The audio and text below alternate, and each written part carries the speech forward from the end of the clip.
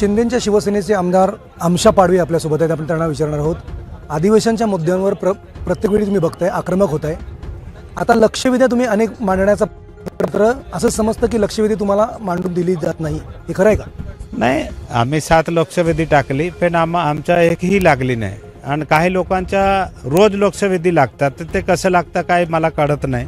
पण आम्ही जेव्हा टाकतो आम्ही ज्या क्षेत्रामध्ये मी एक नंबर मतदारसंघ आहे माझा, अतिदुर्गम भाग आहे, पूर्ण 100% आदिवासी लोक आहे. आणि आमच्या आदिवासी लोकांच्या वेगवेगळ्या समस्या आहे. आम्हालाही वाटतो आम्ही सरकारचं लक्ष वेधून आमच्या भागातला काही विकास कामे आहे ते करून घ्यायला पाहिजे, पण ते एकही लक्षवेधी लागत नाही. ह्या गोष्टीचं दुःख आहे. एका बाजूला सरकार सांगतं की हे सगळं दलित वंचित घटकांचं हे सरकार आहे, त्यांना न्याय देणारं सरकार आहे. आणि दुसऱ्या बाजूला स्वतः लोकप्रतिनिधी असूनही आणि सत्तेतले लोकप्रतिनिधी असूनही अशा प्रकारची जर कुचंबणा होत असेल तर हे किती खेददायक आहे. सरकार एक गोष्ट वेगळी आहे, पण जर लक्षवेधी लागले नाहीत मी सरकारच्या विषय बी सांगू शकत नाही. आम्ही सरकारमध्ये आहे जरी गोष्ट खरी आहे, पण सरकारच्या निदर्शन आणून द्यायचे काम एक लोकप्रतिनिधीचे असतो. पण तिथे जर बनण्याचे भेटत नाही असेल तर आम्ही काय निदर्शन आणून देणार. या बाबतीमध्ये तुम्ही तुमच्या मुख्य नेते शिंदेंशी बरोबर काही चर्चा केलीत की अशा प्रकारचे आमच्या मुख्य कर्तृत्व आहे त्याला हे सांगितलं का जेणेकरून आमचे एक तरी लक्षवेधी लागायला पाहिजे. मी सुरुवातीला आलं आणि त्या दिवशी मी विषय दिला.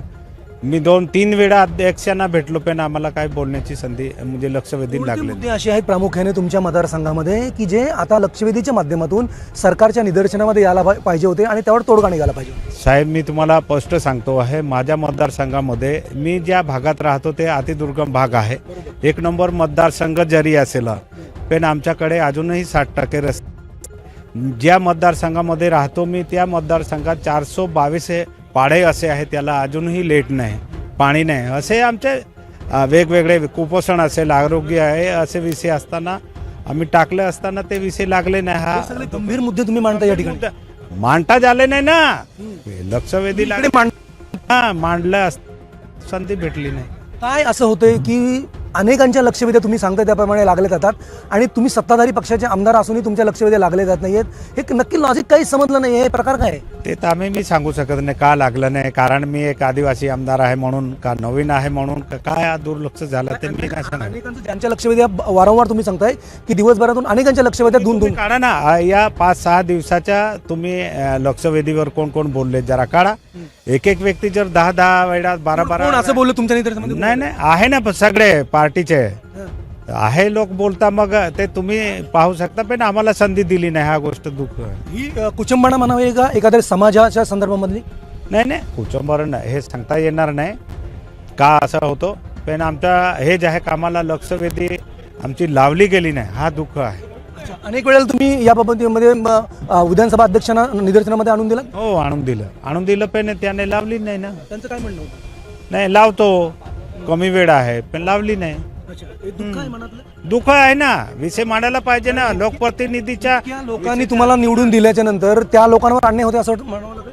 आता बघा, लक्षवेधी लागल्यानंतर तो काम लागेच होतो असं नाही, पण तरी लक्ष वेधलीनंतर शासनाच्या निर्देशन सरकारच्या निर्देशन येतो का त्या भागामध्ये आपण काम करायला पाहिजे. पण तो विषय जर मांडता आला नाही तर आपण काय करू शकतो. तर हे दुःख आहे तुमचं म्हणावं लागेल. आहे मनात. आणि त्यात आता हे अधिवेशन जे आहे ते अल्पावधीचं.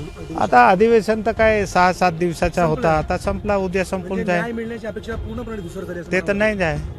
हे होते आमशा पाडवी ज्यांनी सांगितलेलं आहे की मी स्वतः सत्ताधारी पक्षाचा आमदार असतानाही अनेक वेळेला लक्षवेधी लावण्याचा प्रयत्न केला, जवळपास 8 लक्षवेधी लावण्याचा प्रयत्न केला, मात्र आमच्या लक्षवेधीला न्याय दिला जात नाही, लक्षवेधी मांडून दिली जात नाही.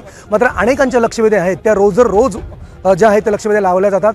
त्यामुळे माझ्या मतदारसंघामध्ये कुपोषणाचा प्रश्न आहे, रस्त्यांचा प्रश्न आहे, अनेक प्रश्न आहेत. पूर्णपणे मागासलेला जो वर्ग आहे आदिवासी, हा वर्ग माझ्या मतदारसंघामध्ये आहे आणि त्या माझ्या मतदारसंघामधल्या कुपोषित आणि आदिवासी भागामध्ये मागासलेल्या वर्गाला न्याय देण्यासाठी मी कुठेतरी आता कमी पडतं की अशी एकंदरीत शंका उपस्थित होताना दिसते.